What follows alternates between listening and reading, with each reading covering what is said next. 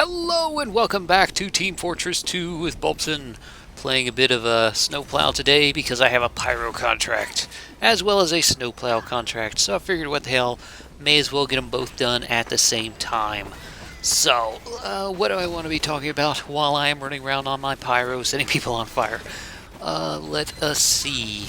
Guess I should go through what I do every week and talk about what's coming up on my channel.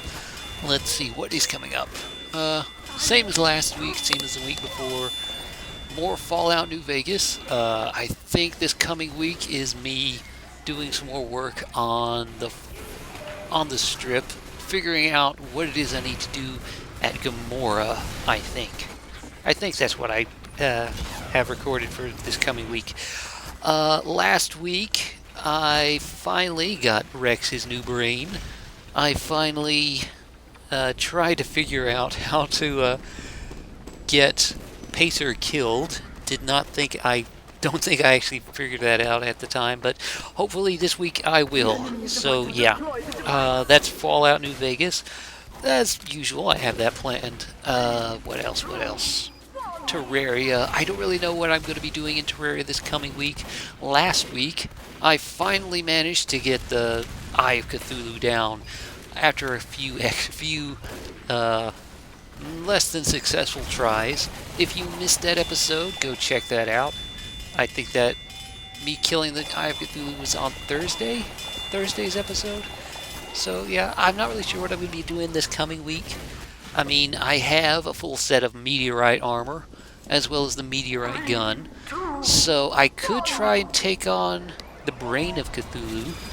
I don't know if that's really a good idea, but it could be worth a shot. I might try that out, or I might go into the jungle and explore and try and see if I can fight the Queen Bee.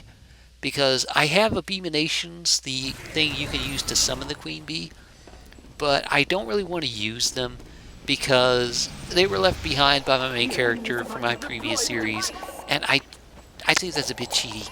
I should go down and find a beehive and summon it the old-fashioned way, like it's intended to be done. So I might actually do that. Or I might head back to the Crimson and try and kill the Brain of Cthulhu. I'm not really sure. Let's see, what else? How to Survive. Last week, I went through the motions of heading back, backtracking a fair bit all the way to the first island, just so I could get enough materials, enough food, enough water, and enough healing items so I could actually fight the boss that killed me the week before. And this coming week, I am going to take on that boss again and do my best to kill that boss and explore the island and get that little old lady her dead cat. So yeah, stay tuned for that. If you've been watching my How to Survive videos, that's what's coming up there. Let's see, what else? That's pretty much what's coming up on my channel. So what else do I want to talk about while I am doing my contracts in TF2? Well, I guess I could talk about Dungeons and Dragons again. I mean, I have another story I could tell about Dungeons and Dragons. I mean, I told the story before. I don't really know if people actually enjoyed that or anything, but I found it amusing to regale you with the tale of my stupidity and the general stupidity of the group I was playing with, and my brilliant idea of putting someone in a diaper in a wheelbarrow filled with crap. For those of you who missed it, it was basically a story of me playing Dungeons and Dragons, like the real pen and paper Dungeons and Dragons, over an IRC chat with a group of friends of mine. And the basic idea was we had to sneak out of town and take a couple of friends who were offline asleep. Their characters were asleep, and we had to sneak them out of town. And I came up with a brilliantly hilarious way to do it. If you missed that, I'll try and put a link to that video. It was during one of my TF2 videos a few weeks ago, maybe a month or two ago. I don't remember, but if you missed it, go check that out. If I remember, I'll put a link to it. But yeah, anyway, here's another story from that same session. Well, not the same session, but the same campaign that we were playing. It takes place a while after we escaped the town and managed to get away with murdering a shopkeeper. Well, the rogue got away with murdering a shopkeeper. We just escaped with him. So, let me preface the story by telling you something else I got. During the events that led up to this story, I had picked up a magical fishing pole. A magical fishing pole. And the reason I'm telling you this is because it comes in handy, and it's intricate. Intricate? That's not the word. It's intrinsic? It's important. It's important to the story later on. But basically, the idea of the magic fishing pole was you cast the fishing pole, the line goes into the ground as if it was water. You think about what you want, and you reel it in, and it has a chance of giving you the item you're thinking about. Now, I'm not really sure how this was supposed to work, or even the reason behind it, or how anything of it worked, but it usually worked out for me. I mean, I didn't abuse it, I didn't take advantage of it, and I think that's the reason why the Dungeon Master actually gave it to me instead of one of the other idiots we were playing with. But yeah, it's important that I let you know that. But basically, what had happened after we left that town that we had escaped, we went to another town, we were on foot, and we were just running. And one of our party members, in the next town we were in, decided to buy a cart and a couple horses. She had some gold and she wanted that, and it was better than us just running around on foot. So she bought a cart, and she also bought a lot of cheese, just massive amounts of cheese. She was in charge of buying supplies, and she just bought cheese, massive amounts of cheese. So from then on, for the rest of the campaign, we were just eating cheese. I'm not complaining, mind you. I like cheese. Cheese is good. But we had cheese for days, which is what I'm saying. And it was also helpful that we had this cart, because whenever, like I said before, in my last time I was talking about this, whenever one of the players was not there for the week, their character would just be asleep. And we couldn't wake them up, we couldn't do anything with them. They were just asleep, and we just stick them in the cart, cover them with cheese, and leave them there. So, that's the background of this story. So, we're going through this mountain area. We're heading on out, we're going through this mountain area, and we're attacked by lions, I think it was, mountain lions or some crap. And we defeat them, we kill them, and one of our party members, I think it was either a barbarian or maybe a ranger or something, but he was kind of a survivalist kind of guy. He skinned all the lions, he took their pelts, and he was going to make leather armor and crap out of them and all this crap. And he was really proud of the fact that he did this.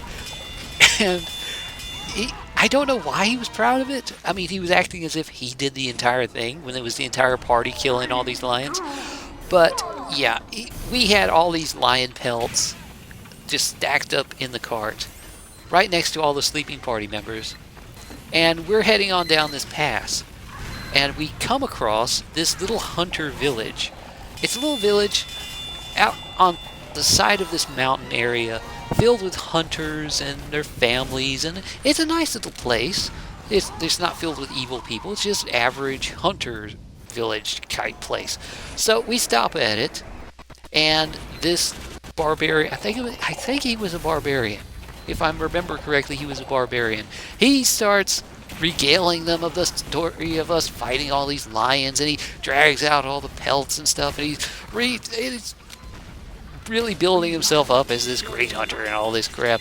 And they're eating it up. They're believing everything he's saying. And yeah, and they are partying with him. Me and the rest of the party, we don't really care. We go to bed, and he's still up and partying and drinking and telling them all about the stories and stuff of his fighting and everything. And the session ends. So we come back the next week. The barbarian's not there. And I don't just mean the player's not there, because the player wasn't there. He was gone for the week. He had to do something else. But his character wasn't asleep in the cart covered in cheese like it was supposed to be. Instead, he was missing. He had gone missing completely. We had no idea where he was. So we asked around the village, and apparently he had gotten so drunk. This had happened between sessions, mind you. It didn't happen during the last session. It happened between sessions. He had gotten drunk and wandered off into the forest and just disappeared. So that entire thing meant we had to go out and find him and rescue him. Now there was some talk of just saying screw it, we'll leave him out there to die and move on without him, but that would have been mean, and I'm glad it would have been mean. It would have been a dick move to just leave him to die out in the middle of the woods, and no one listened to me when I suggested that. But still, it would have been funny. Especially when he came back the next week, it would have been funny. But still, yeah. So we had to go out and find this guy. He was missing. None of us had any idea how to actually find him, because we were like mages. I was a bard. We had a mage, a paladin, and no one actually had any like survival skills, like hunting or tracking or anything like that. So what I decided to do was to take out my magic fishing pole, cast it, and think of a friendly bloodhound to help us find our friend. And it worked. I reeled in a little puppy dog bloodhound, really friendly, really happy little dog, and I was happy about that. I had a pet dog now, and we gave him something that our friend smelled like one of his clothes or something. I don't remember what it was, but he got the scent and he went off bounding through the woods. This little puppy dog just bounding through the woods, and we followed after him. So there we are, going through this very thick, heavy forest, following a little dog, trying to find our idiot friend. And all of a sudden, we hear massive, like, rumbling and trees being uprooted and falling over and crashing and stuff like that. And we knew something huge was about to come through the woods. So everyone's, like, crapping their pants because we have no idea what it is. So they all decide to hide. We are all just hiding everywhere. Somebody went up a tree or behind a bush. But unfortunately, I missed my hide check. The dice roll just wasn't with me, and I failed. I failed my hide check. Basically what happened was I picked up a bush, a limb, and held it up in front of me and pretended to be hiding. That's basically what happened. That kind of comical thing. So, there we are, trying to hide from whatever it is, and all of a sudden, a dragon comes rumbling through the trees, knocking them over, and all this kind of crap. And immediately sees me, because I'm just standing there holding a limb in front of my face. So yeah, I'm screwed. I know I'm about to die. But luckily, the mage in our group, wonderful guy that he was, spoke Draconic. For some reason, he decided when he was making his character that he wanted to be able to speak to dragons. And luckily enough, it worked. He came out of his hiding spot with much prompting from me, mind you. I had to, like, beg him to come out and talk to this friggin' dragon. And tell him that we were not going to be there trying to trespass or anything. Come talk to the dragon so he doesn't friggin' eat me. But yeah, that's basically what he did. He started talking to the dragon. The dragon started talking, asking why he shouldn't kill us and stuff like that. And basically having a conversation. And what ended up happening was the dragon actually knew about our missing friend. We calmed him down, we got him talking, and come to find out he knew where our friend was, or at least he had some idea where our friend was. But in order to give us that information and not eat us, we had to help him. And what he wanted us to do was to put us end to the evil hunters that were rampaging through his forest, killing all the animals and stuff, and hunting for him as well. Basically the village of hunters we had just left. So there we are.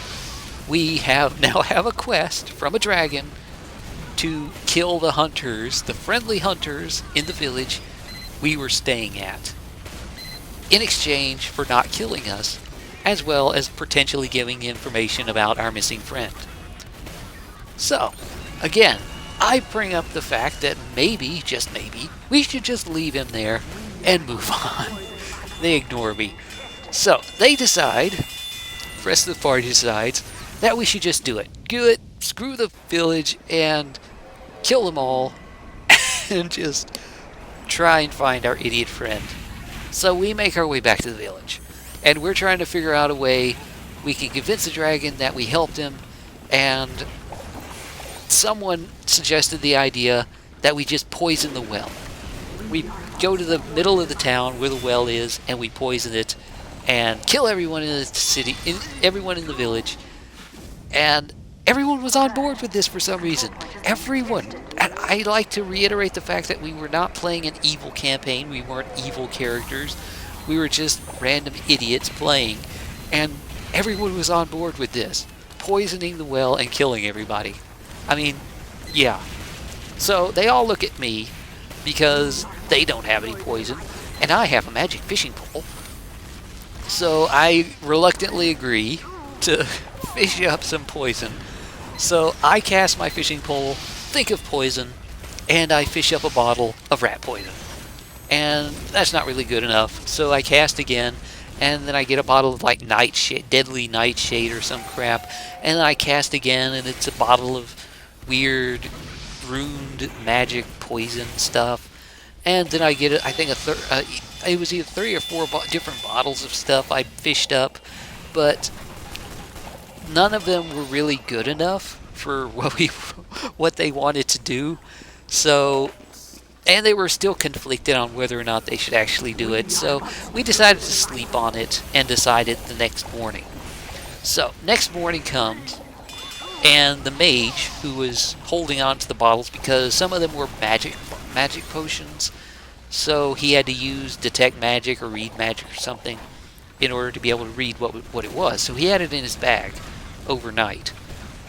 But the next morning, all 4 bottles were gone, and they were replaced by a new bottle. Basically, all the poison potion stuff had merged into one magically, and now it was this weird demonic symbol thing, eldritch horror monster poison stuff. And yeah, basically he cast read magic on it, and it said, really deadly crap. 1 drop will kill 1,000 people type stuff. So this is what they were looking for. Hooray, we had the stuff to do it. So the rogue from my previous story takes the poison, does his whole sneaky thing that he was trying to do in my last story, and actually succeeds with it this time. Goes to the well, dumps 1/3 of the bottle in there, and then does his sneak back. And then we wait, and nothing happens. We wait an entire day, nothing happens, and yeah, everyone thinks it's just failed, and the whole thing was nothing. Poison's just a joke. So the next morning, we decided to sleep on it again. And mind you, this is 2 days later. Our idiot friend is still out in the woods, been gone for days now, probably dead, and we're sitting there deciding how to kill a freaking village of people to save him, even though he's probably already dead. But yeah. The next morning, we wake up to horrible screams of pain and agony, and we get out of our little cart filled with teas, and we look around the town, and there's just people everywhere running and screaming in agony, blisters and stuff forming on their face. They're falling over, dying, and just turning into puddles of goo, and it's just horrifying. A horrible thing that we have done just to save our idiot friend. And yeah, what the hell? Even now, thinking back on it, I just cannot believe they actually did this. But I was a part of it. Damn it. But yeah, we ended up killing the entire village, poisoning the entire village, and it was just a nightmare horror show type thing. So, we succeeded! Hooray, quest complete! So we go back to the dragon, and apparently he didn't actually know where our friend was. He didn't actually interact with him. He just heard some idiot rumbling and yelling and singing and crap out in some general area. So we go back to the dragon, tell him we killed the village of hunters, and that we did it. So he tells us rough area where our idiot friend is. So we go out there and we find him. He's there, asleep in a hollowed out tree. A few cuts and bruises and stuff, but he's basically drunk, off his ass, and unconscious. He wasn't really hurt, so I don't know why he didn't come back, but I'm guessing it's just because of the whole when you're not there that week, you're just asleep completely and you can't do anything type thing. So yeah, that was basically the reason why he was there, asleep. He wandered out in the middle of nowhere, fell asleep, didn't show up that week, so now he's just there, asleep, until we find him and have to drag his dumb ass all the way back. So, yeah, that was how we ended up killing, me and my group ended up killing an entire village of people to rescue our idiot friend. And, yeah, it's not a happy story. It's not even a good story. It's just a very, very bad story. And I just wanted to share that with you. Because, yeah. Oh, how long have I been going with this? I don't know. I think I might actually have to cut this short. Oh, okay. Well, I think this is pretty damn long. So, yeah. Anyway, that's enough for me this week. Anyway, thanks for watching. This has been Bobson. And until next time, I will see you later. From aboard TF2. Bye.